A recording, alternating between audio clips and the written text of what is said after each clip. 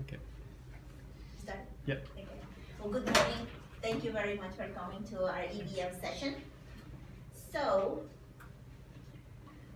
let's start by reminding you, I have gone over this many times, that many people believe that evidence-based medicine is only when we use the literature and our individual expertise. Some people think that practicing evidence-based medicine doesn't take into account the patient values. Other people talk about experience-based medicine. And in those cases, they think that the practicing medicine is mostly the individual clinical experience and the patient values. The current medical world feels that in order to practice, to be a gold standard practitioner, you have to take into account the three things. You need to take into account your clinical experience, the research, and what the patient feels and thinks about whatever you are recommending. So far during this academic year, we have done some of these steps about evidence-based medicine. We did a session where we brought clinical cases, I don't know if you remember, and we were asking clinical questions. We were all trying to come up with these clinical questions and turning them into PICO format. Then we also did another session when we practiced acquiring the literature. We brought clinical questions at each group. One used UpToDate, another one used PubMed, and another one used the TRIP database to acquire the evidence. During that time in the meeting, we also give you a session about how to read clinical papers, and another one about the problem that we have with research, about transparency, the lack of transparency in research, and publication bias. The fact that all what we read is mostly positive results. We don't hear about all the studies that have negative results. In Appraise, that was what Dr. Heiss did when he came. You appraised a randomized control trial about maybe not needing to use antibiotics for urinary tract infection. Remember? Okay. Well, now, today, in these two sessions, today and tomorrow, I'm going to try to wrap up this with a case, to do all of these steps, including the application, because we rarely get to talk a little bit about how is it that you really apply those numbers to a patient, to a real patient. So, I hope that you will feel more confident about applying the evidence, and in this case specifically about the use of statins in the prevention of cardiovascular disease. Now, I made a little survey monkey. Did you all answer? Yes. Did you answer with a son? No. But did you answer a survey in Survey Monkey? Yes. Did you do it, Kenji? Yes. Okay. We'll do that later. All right. Now, today's session. Today we're going to do the first three steps, okay? Ask, acquire, and appraise. And in the first one, we're going to quickly try to practice preparing a clinical question. We're going to practice acquiring, so I need you to have your phones out or anything that you look for information. And then we're going to, I'm going to tell you a little bit about the appraisal. Oh, thank you for coming. Welcome. Please sit with Candy so we have a little group here. All right. This is my brother, the one that is here, and this is our friend Yoichiro. And I have, you have in front of you the case. One of the sheets have the case written for you. So, Yoichiro Yokohama is a 60-year-old man. He's a smoker and he has hypertension. And he comes to see you in the clinic for a checkup. But really he came, we found out, because he's a little concerned because his dad just died, had a sudden death with a massive heart attack. He usually takes lisinopril 10 milligrams daily. His dad died at he was 85 when he died. So you do a physical exam, his blood pressure is 120/80 and the rest of his exam is normal. So Yokohama-san actually comes, he wants to know if he should be taking a statin. He saw in the TV a commercial about a cholesterol lowering medicine, and he wonders if that is something that he should be taking. So you order some blood tests, and you can see the results in there. All right, so there you go. Here's your case. Yoichiro-san wants to know if he will benefit from a statin. Now you remember that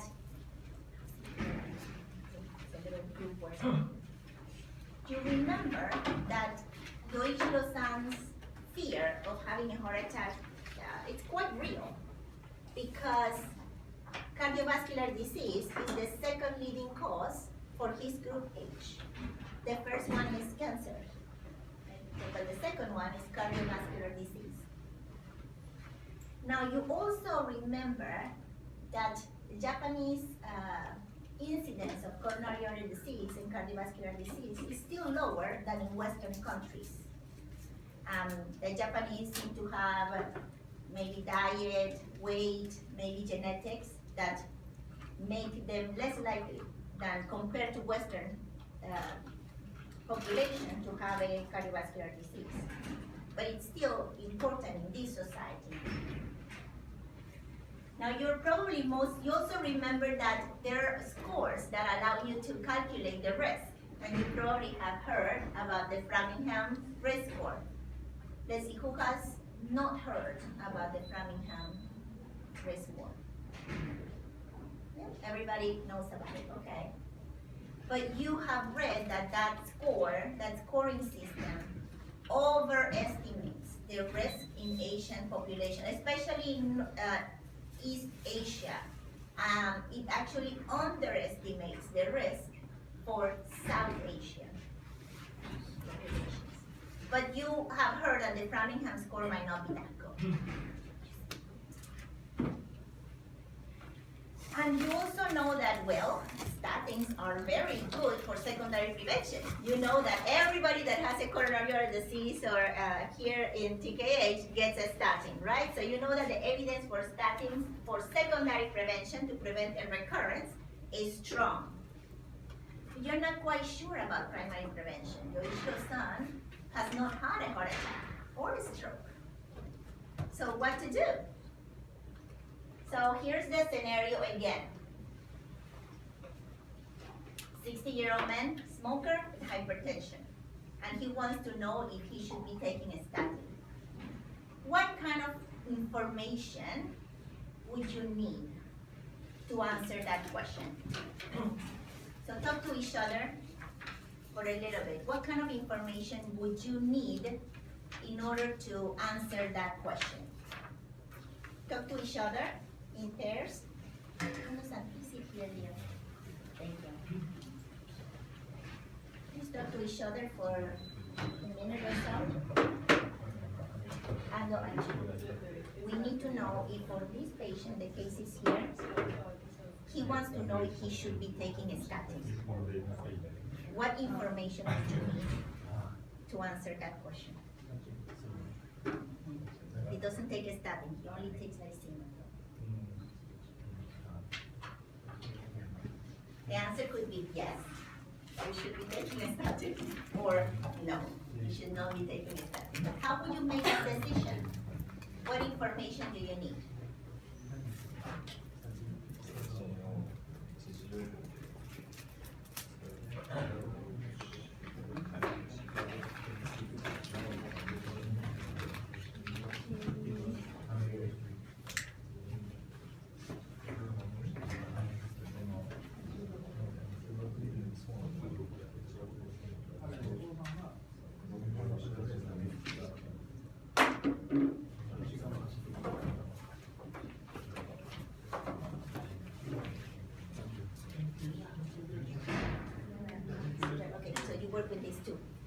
So we were looking at a patient, which he has never had a heart attack or a stroke, but he's a smoker and he has hypertension. And his dad just died of a heart attack. His dad was 85. The patient, Yoichiro-san, asked you, should I be taking a statin? So what kind of information would you need in order to answer that question? All right, let's see. Come back here with me. Let's see. What would you need to know? What kind of additional information would you need to know to answer that question? What do you guys think?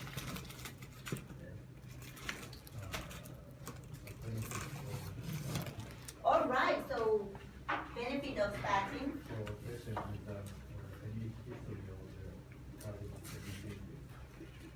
With history or without? Okay, so benefit of statin without history of cardiovascular disease. What do you guys think? What additional information would you need to answer that, to answer to your issue?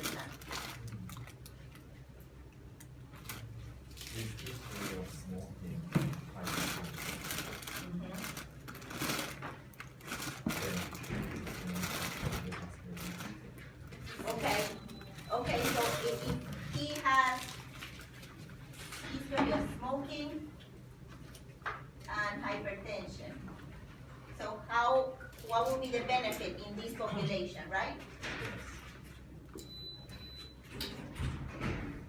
Very good. Do you have any other question? Any other question? Well, excellent. These are actually probably the two pieces of information that we need. We would need to know first, what's Yoichiro-san's risk of having a heart attack? That's what he's interested, right? So here, that's for him, specifically for him. So first, what's his risk? His risk. Not anybody's risk. We want to know his specific risk. And second, in a person like him, how much would a statin benefit him? Would it benefit him? Would it harm him? Wonderful. So these are the questions that I came up with. I knew already that Framingham score overestimates the risk in Asian population. And we know that the Framingham score is one of the ways that we have to find out what is this risk, right? So I wonder, is there any similar tool in Japanese population? Any similar tool that has been studied to predict the risk of a heart attack on this specific patient, but that is valid for the for him? And the second one is, well, I know that statins are good in Western population and are good for secondary prevention, but are statins good in Japanese people and for primary prevention? And even more, how much is the benefit? Wonderful. So there you go. You have done the first one. Ask. Now we're going to go to step 2 of practicing evidence-based medicine. Now we're going to try to find out, to answer those 2 questions that we have. All right, so everybody get online, bring out your computers.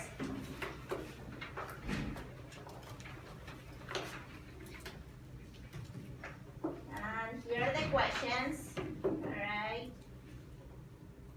So let's see, Kenji and Yuko, I'm gonna give you the hard question to you guys.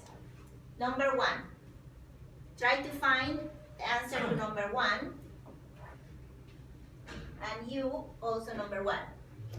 And you are gonna try to find out number 2 and number 2. Go ahead. Find me an answer.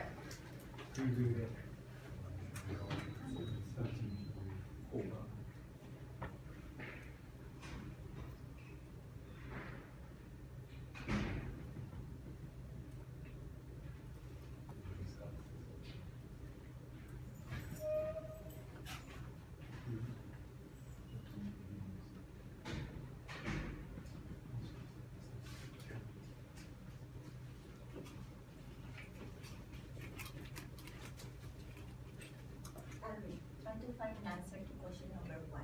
Try to find me a expedition tool for Japanese population.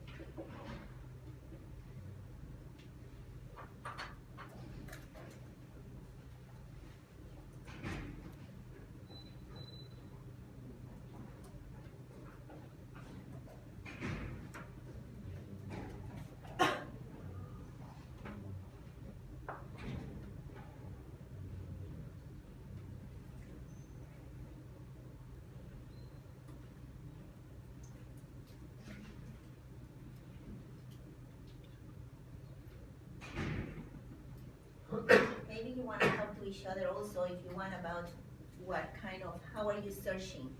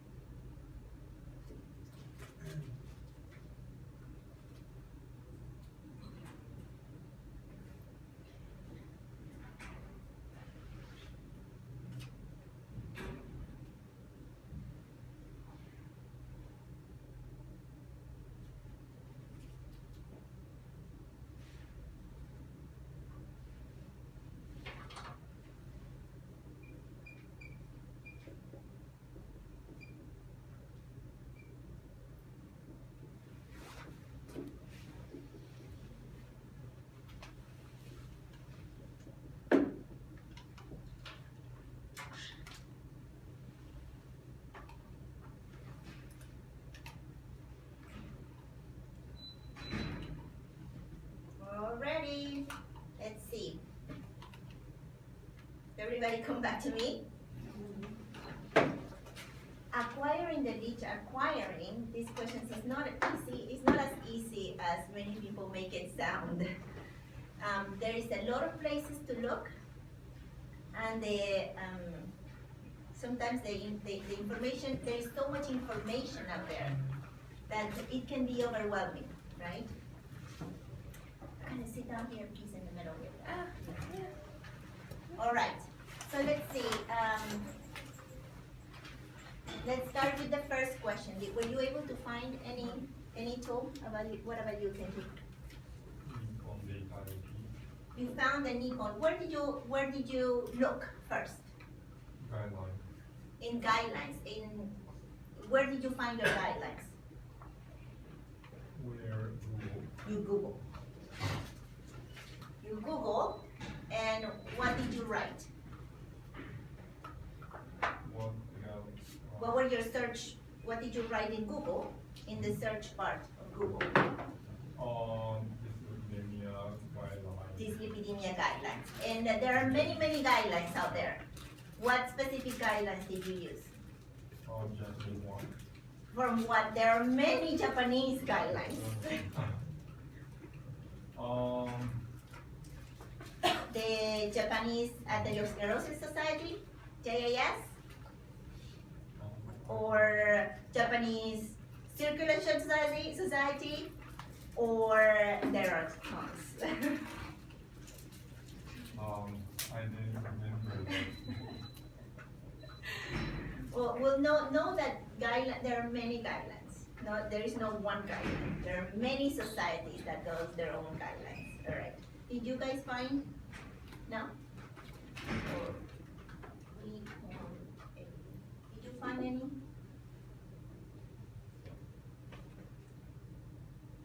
The United States Preventive Task Force guideline, but that doesn't have a predictor. That mentions a predictor though. How did you find that? What were you looking in? I just put it. Where? Google. Google too. Okay. How many of you use Google?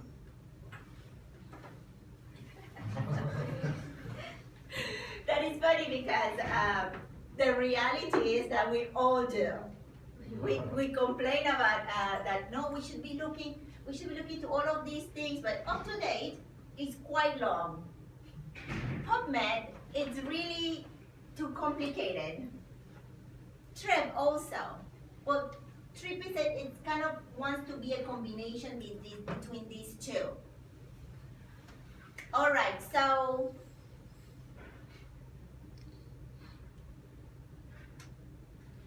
now I'm going to tell you what I found with the first question.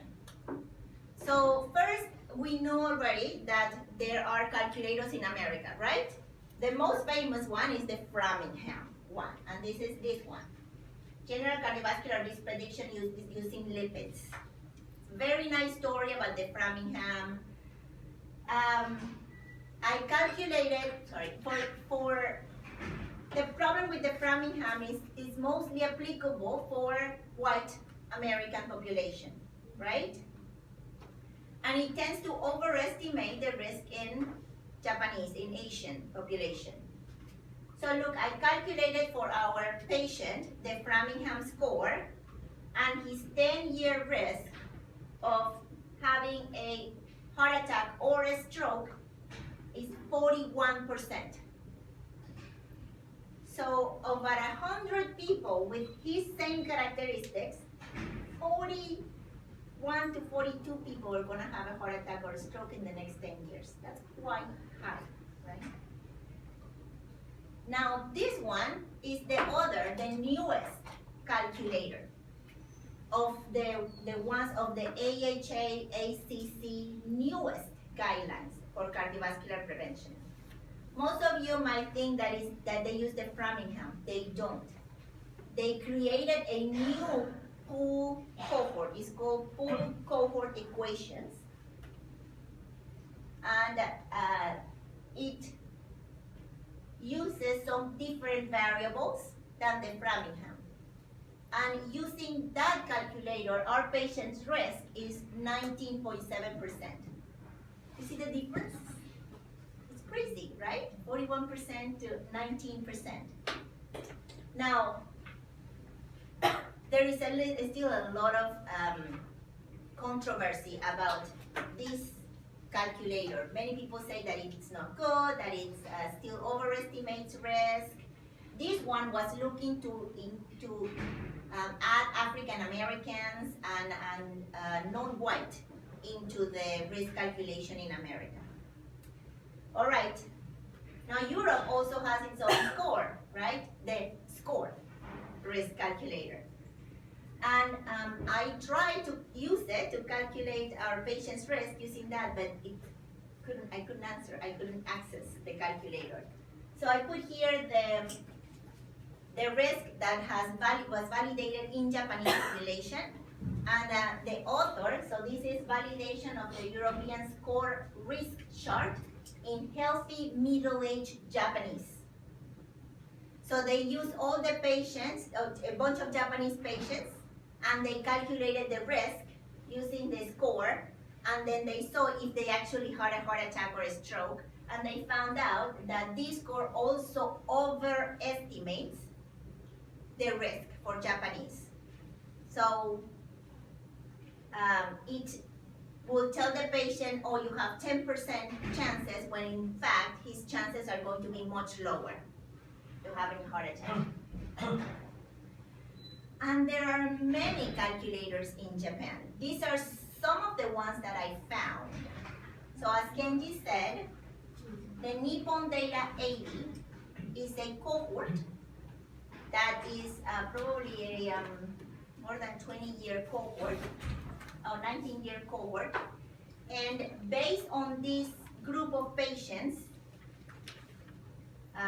they developed a calculator, and that's the calculator that you can find in the guidelines from the AJAS, Japanese Atherosclerotic Society. But that's not the only one.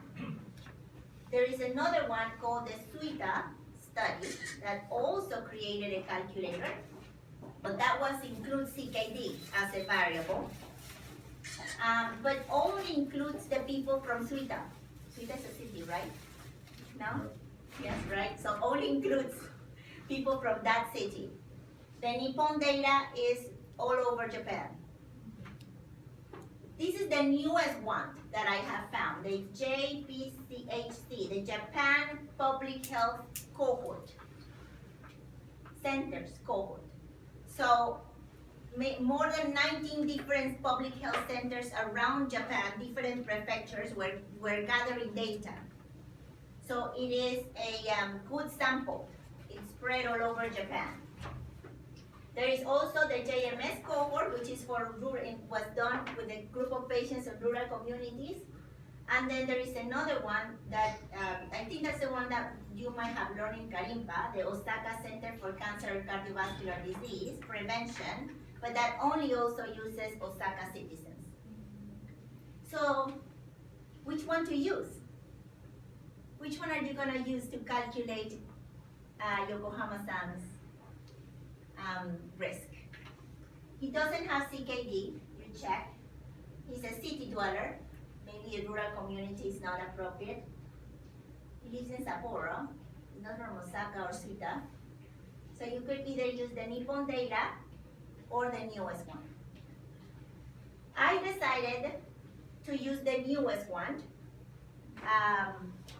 because it has a more recent population. And this is the publication, the development of a risk equation for the incidence of blah, blah, blah, ischemic in middle-aged Japanese.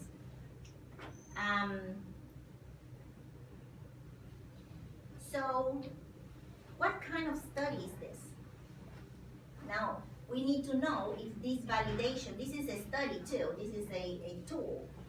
Is this a good tool? Was this developed accurately? Is this a tool that I can believe in to use with my patients? We have to appraise that research.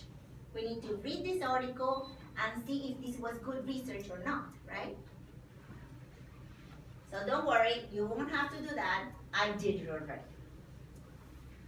But this says, to do that, I would probably, this is prognostication. Right? With this tool, I'm trying to predict who is going to have a heart attack and who's not going to have a heart attack. So I would try to find these questions. Is it that defines, I'm going to talk about this, I'm going to evaluate the sample, that everybody started at a common point, at the same point. Was there objective criteria applied in a blind fashion? Was there a validation and independent group? And is it a valid evidence important? And the answer for all of this was yes. So I determined that this tool had a satisfactory internal validity. That means that I think this was good research. So now I'm going to use it. All right? So can you find it? Can you try to find it? This is the link.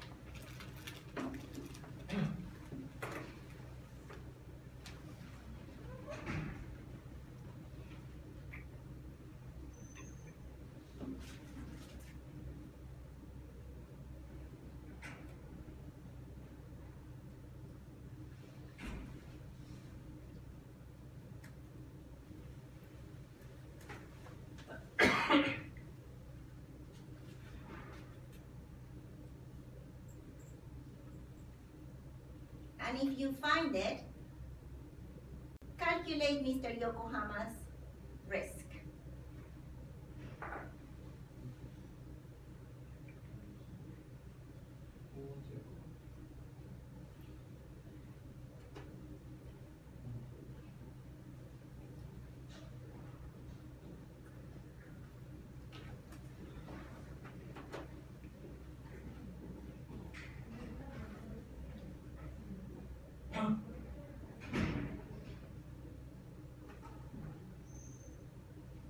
Did anybody find it? Oh, you found it, great. You found it, great.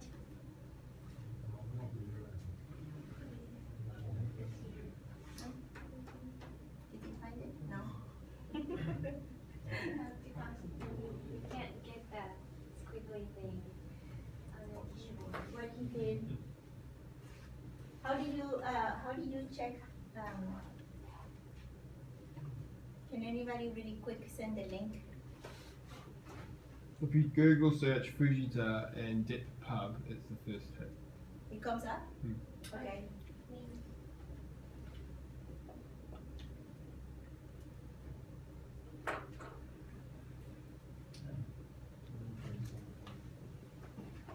Alright, let's move on.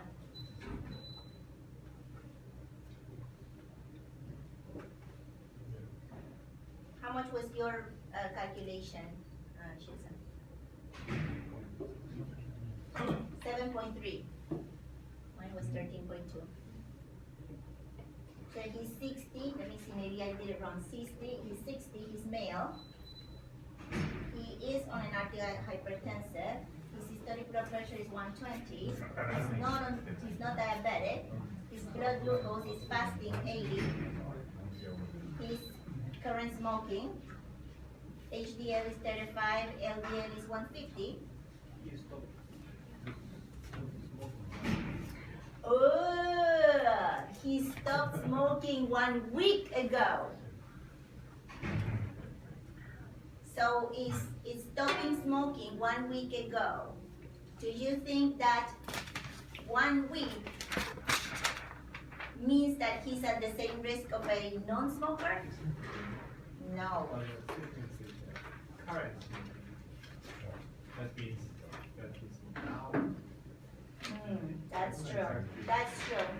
But I think this would be misleading to put no on this, because that will lower his risk a lot. And he's still just 1 week away. So I agree, right? But that's a good point. It said current. But there should be a definition of what current means. All right. So look at his score. According to this, the Fujita, the JHPC score. Everybody come back with me. Hello.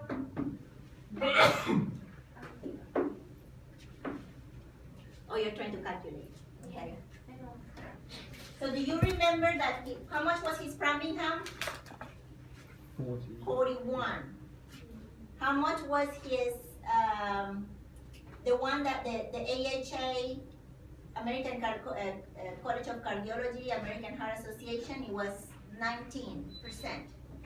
With this calculator, his probability for NMI is 13.2, and for a stroke is 8.3. So, is this a high risk, medium risk, average risk, low risk? Is he at high, moderate, or no risk? What do you guys think?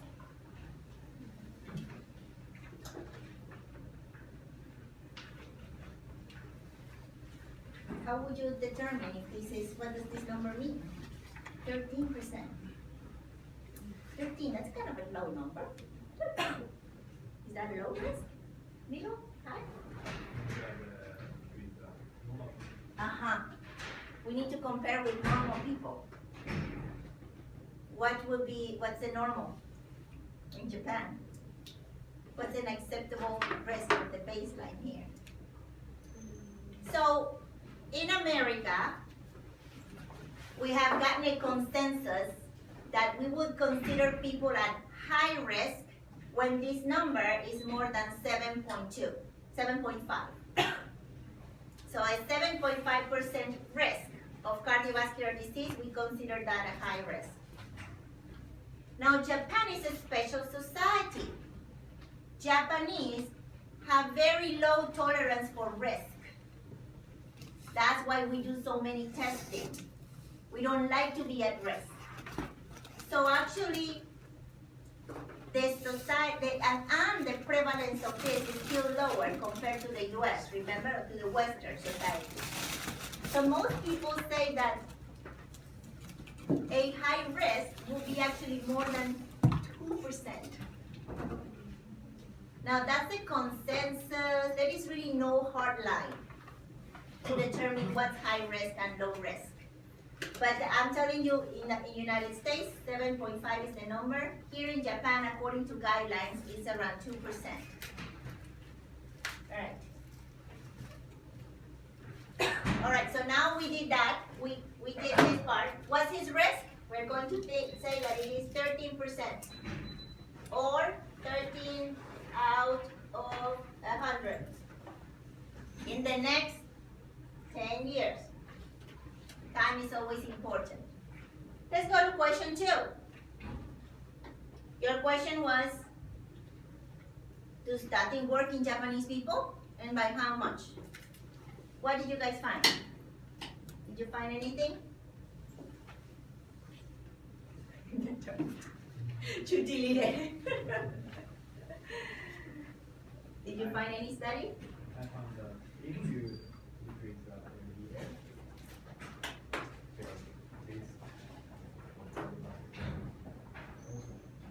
Okay, so you found that there is an association between decreasing LDL and cardiovascular risk decrease.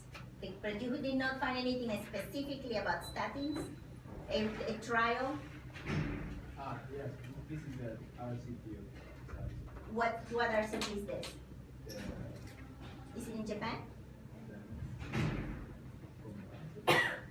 Interpretation of the evidence for the efficacy and safety of statin therapy. Okay.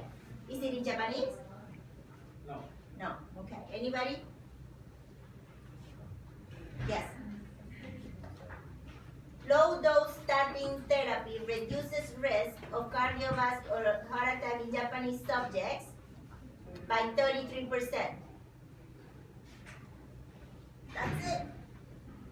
Japanese, so this is the article that he found, that in Japanese, low dose statin decreases the chance.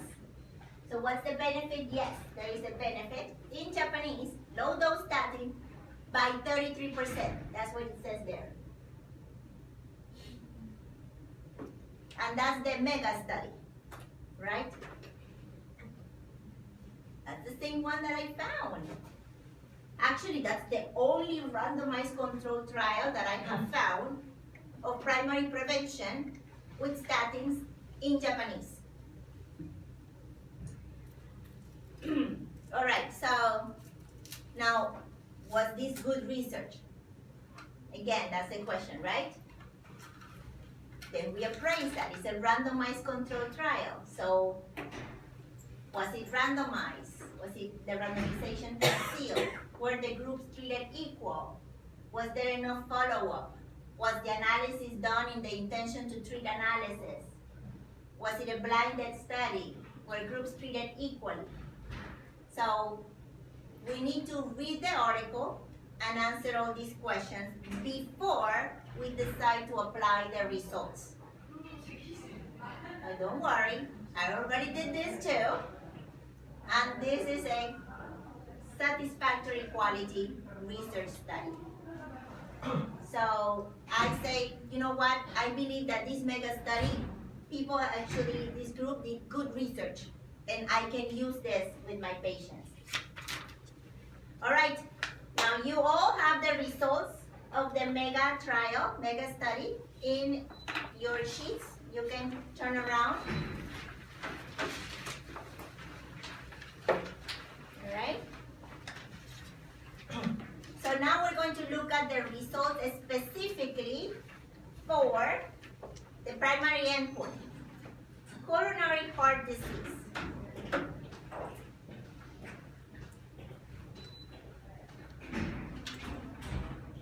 So let's see.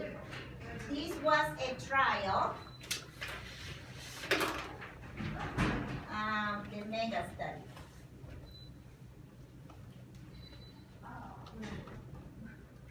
And this was a 2-arm study, right? Let's see. How many patients, Henry, how many patients were assigned? What was the control arm? What was the control in this intervention? And what was the experimental intervention?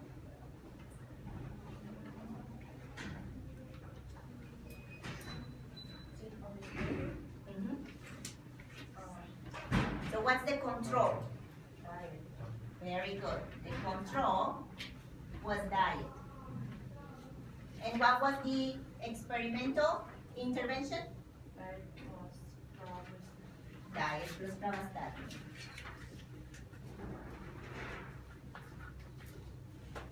Anderson, can you tell me how many patients were assigned to this arm? That was 6766. And Junior San, how many were assigned to the experimental arm?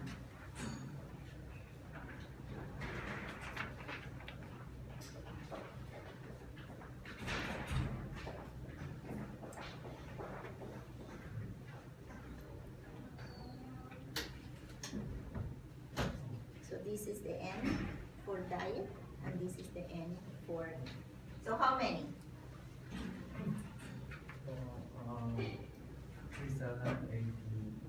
860. It's a 9. Oh, sorry.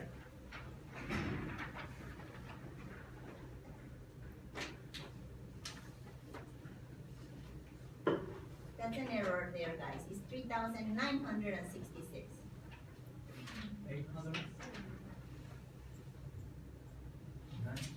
It's 9. It's a 9. I think it just doesn't look well in there. I read. It just printed bad, but it's so it's the same. What I wanted to do is that the randomization divided the two groups correctly. All right. So we have a control and an experiment. And what are we looking for? What's the outcome that we're looking for? A heart attack. So we're going to look at how many heart attacks occurred in the control group. How many heart attacks occurred in the control group?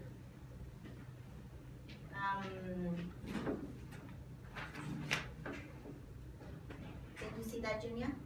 How many heart attacks occurred in the control group? 101. Excellent. So, positive, negative, positive, negative. 101. And how many occurred in the intervention arm or experimental arm?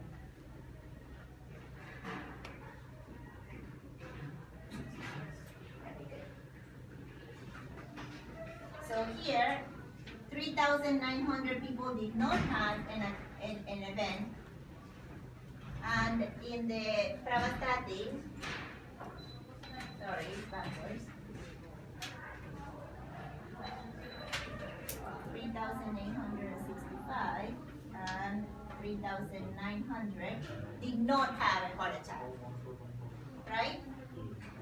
Is this an easier way to see this? Because many people would rather see it in a 4x4 table,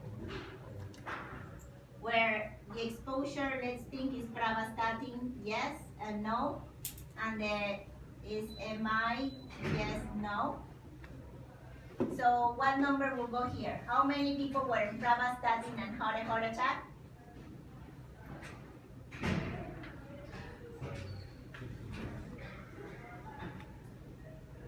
How many people were on pravastatin that did not have a heart attack? Right? How many people were not on pravastatin that had a heart attack? And how many people were not on pravastatin that did not have a heart attack? Very good. Got it. All right. Now, with this information, do you think you can complete this table?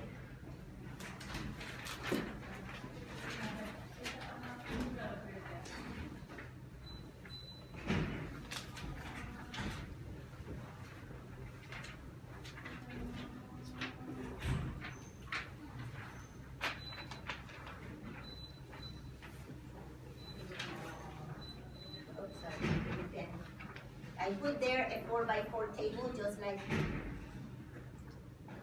like the one that we just did. So you just have to write those numbers in that table and then do some calculations.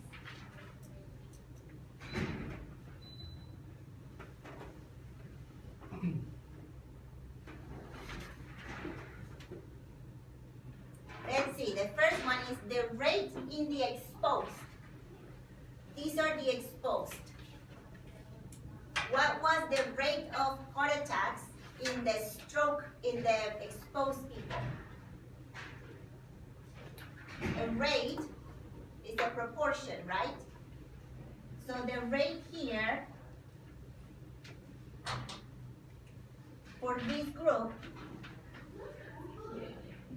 will be 66 over 3,900.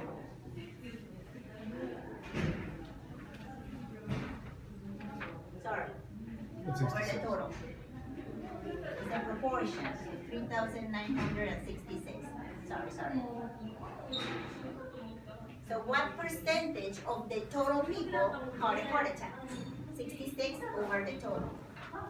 And what was the rate in the non-exposed? 101 over 3,966.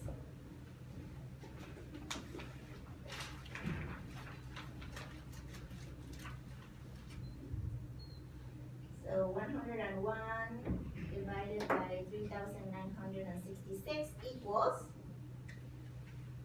0.025 or 2.5%. Are you following me? 66. Now we're gonna go here. 66 divided by 3,966 equals 0.0166 or 1.7%. Are you following me? Yeah. So which means that So numbers, so at this point, so it's on the right side is 3,008. oh, we were talking here is it's a wrong number. It looks wrong in there. I'm sorry, but they were the same. They did do analysis, intention to treat analysis. I think this looks wrong. So what does this number mean? And this one means. So that in this population that only what is exposed to diet, the control group, 2.5% had a heart attack. But if you add pravastatin, then that number goes down to 1.7. So the number goes down with pravastatin, right? So what was then the relative risk reduction? What was the reduction on this risk? Does anybody remember how to calculate those? No? All right. We are going to, this is going to be your homework. Today you're going to try to calculate these numbers and bring them tomorrow. Because tomorrow we are going to talk about, how is it that we talk about our patients? To talk to our patients about this. So today, we found out that there are several risk calculators in Japan. And using the JPAC tool, our patients, Yokohama-san, risk of having a heart attack in the next 10 years is 13%. We determined that Yokohama-san is actually a higher risk than expected for his age group. And according to the MEGA study, there was a 33% benefit of this, of using a statin. But our job is not done, guys, here. Because practicing EBM requires that we're going to apply now this information from this risk tool and this study. And so far, you have been doing this alone. We have ignored what are Mr. Yokohama's, I put a girl there, but I should have to joke a man. We have ignored what Mr. Yokohama thinks, feels, or is willing to do, his financial concerns in terms of a statin, in terms of treatment in general, right? So tomorrow, you have an appointment, again, with Mr. Yokohama, where you're going to have to explain to him what are the risks and benefits of using a statin for primary prevention of cardiovascular disease in his case. We're going to learn tomorrow how is it that you explain these numbers, these 33% to him. And it is not as easy as just telling them, oh, statins are good and they can cause muscle pain, so you should take it. You probably all have by now received the lecture on shared decision making, and what we're gonna try to practice now is to get a little bit better at discussing benefits and harms with patients using numbers. All right? All right, that is all for today. Please take your sheets and calculate those numbers and complete them and bring them ready for tomorrow. And think yourself, if you were Mr. Yokohama, would you take a statin using those numbers there or not? All right? Bring your questions tomorrow. We run out of time. Thank you very much. Who has not answered the survey monkey question? Can you stop there? You have not answered. Okay.